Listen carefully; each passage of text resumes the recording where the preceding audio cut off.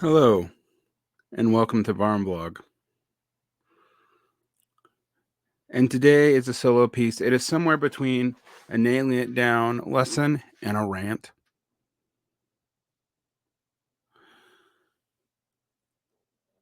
I'm discussing something I realized in reading Wittgenstein. While Wittgenstein's brilliance is often overstated in analytic philosophy, his insistence that we fight against the magic prestidigitation of words, of semiotics, as substitutes for arguments and understanding, is actually super important to my thinking. There's a habit of people to invoke concepts without defining them, and to think that the definitions, when they do define them, are somehow platonic, that they exist clearly, eternally, and throughout history.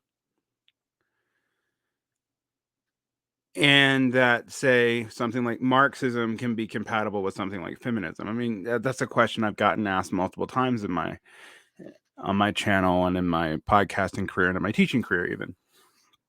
Is X compatible with Y? Is feminism compatible with Marxism? And the question is not a bad question. The problem is that it's framed in a yes or no scenario, because feminism is a signifier for a complex web of signifieds, different thoughts, different traditions. They share a concern with gender, usually also with women. But what that means is always contested. What feminism is contested within itself. Even the idea of, the three waves plus post intersectional feminism, the common way we teach it now, this is a vast oversimplification. It helps us understand it. It gives us a map for the territory. All right.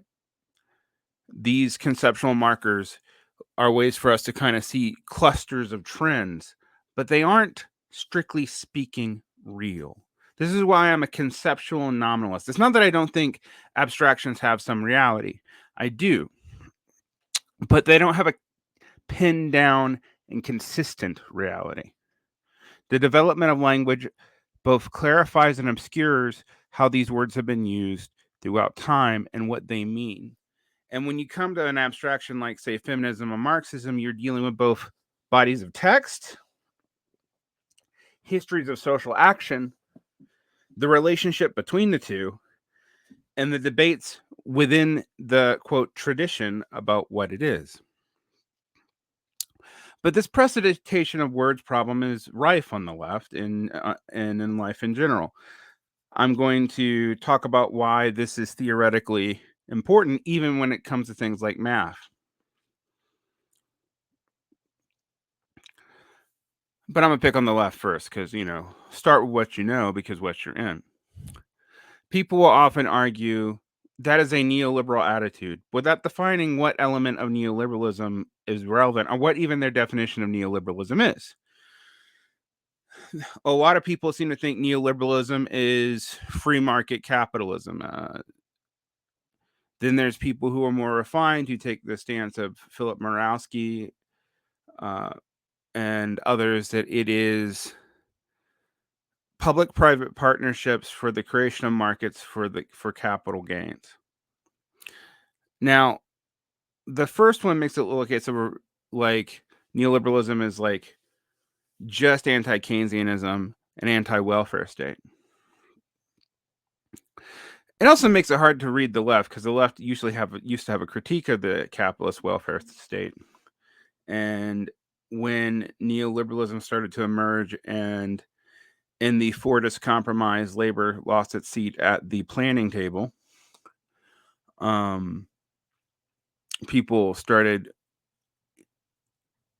nostalgifying Fordism and forgetting its problems. Now, there are people who will go, well, we should just talk about capitalism. I reject this whole, instantiation school. And I point out, well, there's plenty of people who think we should just talk about the history of human beings in fine-grained detail without these historical demarcators altogether. They feel like the words confuse us. I think if we properly delimit what we mean, they're useful. But saying that's a neoliberal attitude, which is using abstraction that we can project upon because the abstraction has multiple contested meanings, as a substitute for an argument, is having the words do magic for you. Now, leftists aren't the only ones who do this. In fact, they're probably not even the worst at it. Conservatives do this with things that are more basic and less exotic sounding, although the obvious ones are like globalism. Well, what is globalism? Sometimes it's international corporations, sometimes it's the IMF and the World Bank, sometimes it's the Jews. Hard to know. The euphemisms of art are there to obscure as much as they are to clarify. You, as a thinker, should be calling people out on the for what, for whom, and by what all the time so that you can have an idea of what people are even referring to. Right? Is globalism and globalization the same thing?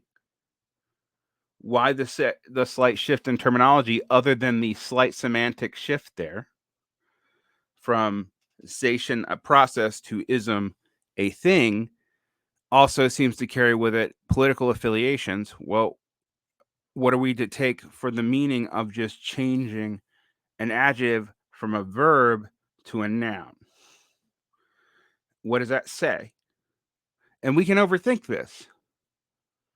But again, we need to not think these concepts exist in the ether in kind of a platonic ideal space. Similar with Marxism. People know that I don't believe in a concept called orthodox Marxism because orthodoxy is about belief and Marxism theoretically is not about just belief sets. And in fact, one of the things that I have always noted, even with someone like Lukács, who I respect deeply, although consider parts of Lukács' thinking my bête noire. But with someone like Lukács, you have this idea of reification and this idea of totality and critical orientation that leads you into interesting problems. Like his problem of the methodology of Marxism is what the proletarian or the party of the proletarian, depending on what time you're talking about, does. But we can only know this when it acts for itself and not in itself. And these categories mean that the emergence of revolutionary praxis is somewhat circular and non-predictive. And it's also not really a methodology by anything that most of us mean by that. So again, the prestidigitation of words is kind of the magic trick that gets you out of actually defining what you're doing. We can see this though in more standard liberal stuff. For all my annoyance with utilitarianism, and people should know that I'm an anti-utilitarian pretty deeply, but I will say at least Bentham and Mill tried to define what utility and good are, and it gets them in all kinds of problems. Then they try to define how to figure out their math, and this is where the math part of this comes in as well. Words even matter in math. Semiotics matter for all syntax and all semantics. And when you go, oh, that's semantic. Well, semantics matter. Semantics is about the logic of your argument. Semiotics is about the meaning of the words and symbols you use. And syntax is about the pure structure. All right. So if you hear people talk about this, now this is in the kind of analytic linguistic traditions of understanding statements, but it's something to know what we mean. So when you go, that's semantic, yeah, a lot of things are semantic. It's because we don't agree on the definitions. And if you're hiding your disagreement through the use of common words, you're equivocating and you're trying to fool people. One of the things that a sound thinker has to do is draw this out. So let's take something like effective altruism. The reason why I mentioned Bentham and Mill is their utilitarianism does at least try to define the key terms, utility and good. It often fails, and I think fails in ways that get into catastrophic self-contradictions, particularly when they try to quantify what they're doing. This can lead to David Benatar's like antinatal utilitarianism. But if you look at the effective altruism movement, which claims not to just be utilitarianism, but it claims to be able to figure out like value invested on a dollar for any kind of altruistic schema. Well, there's actually one of the prestidigitations of words here, because it's not just that we can measure the efficiency quantitatively on dollar investment, but it's also got to be something where it could be measured, and it's got to fit in with their general concept of welfare. But what is welfare? Who defines that? Now, if you think it can just be quantified without delimiting the definition, you don't understand how concepts work. I can't measure something that I don't know exactly what I'm measuring. So again, the prestidigitation of words. I have to delimit what we mean by welfare. And if we do that, a whole lot of what's actually hidden in effective altruism becomes clear. Now, if you want a good discussion on that, I would suggest the What's Left of Philosophy episode with John Duncan on this very topic, and I'll list it in the show notes. But you can see here that even though it seems like it's math hiding things, it's also the abstract symbols. But think about any of these: patriotism, country, love, fear, etc. Love is just a chemical emotion. Well, one, that's redundant. All thought is chemical in some ways, at least as manifested in our brains, or our bodies. I'm increasingly of the school that reducing thought to just our brain is actually kind of like reducing blood flow to just our heart. But nonetheless, we have to clarify and define what we mean, and we can define it two ways. We can define it analytically, stating our definitions at the beginning, or dialectically, hashing out our opposed definitions through debate, consensus, and history.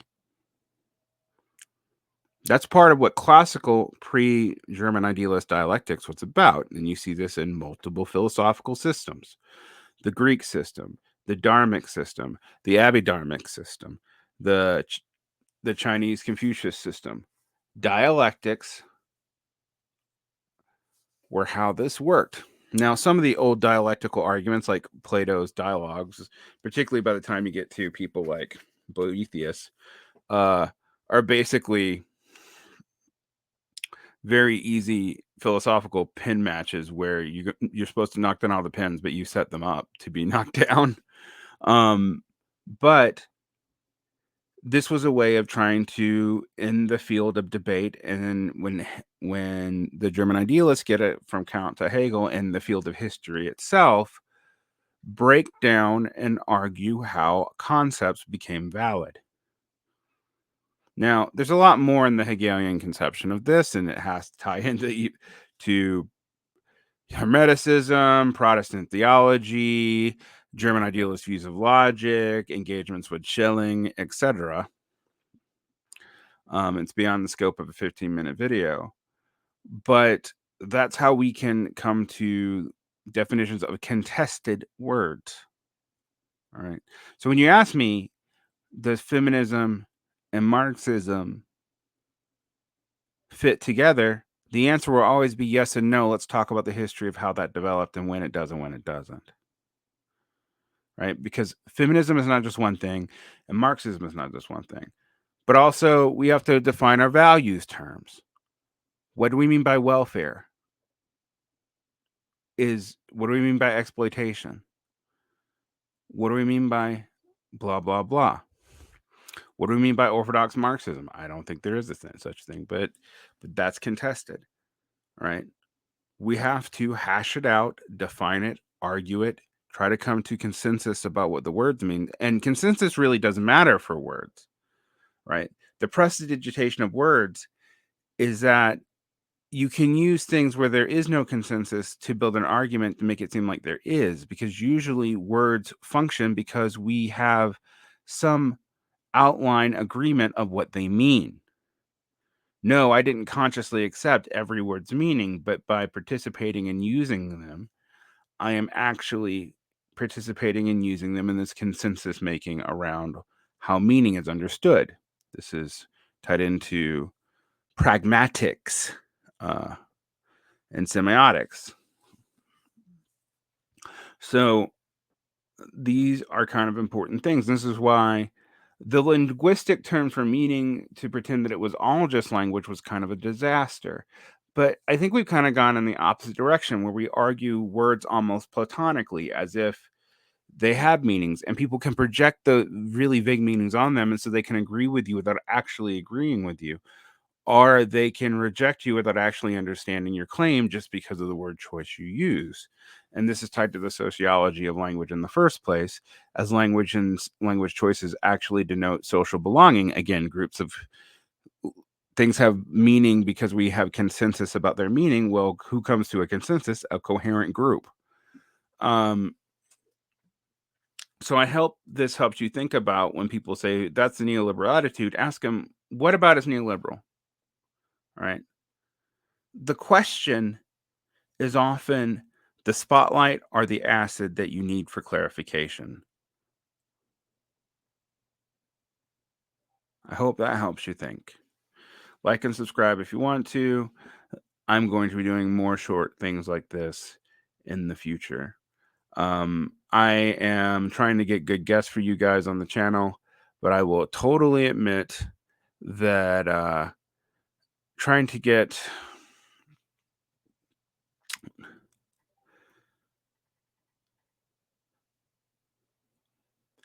approximately 120 great guests for interviews a year is really hard to do. So we might be doing more short things like this on the channel, and instead of 8 interviews, 4 to 6 interviews a month. I know I say I'm going to cut down all the time, but I do think I just may have to. It's harder to I want people who are interesting, good, and want to be here, and trying to come up with 2 people a week for that is sometimes a bit difficult without having a lot of repeat guests. I don't mind having repeat guests. In fact, I like it. You develop rapport, you can pull out themes over time, but I also like breaking new things, particularly things that don't necessarily get covered as much in this social media world. So, I hope you find these kinds of explainers helpful. Bye.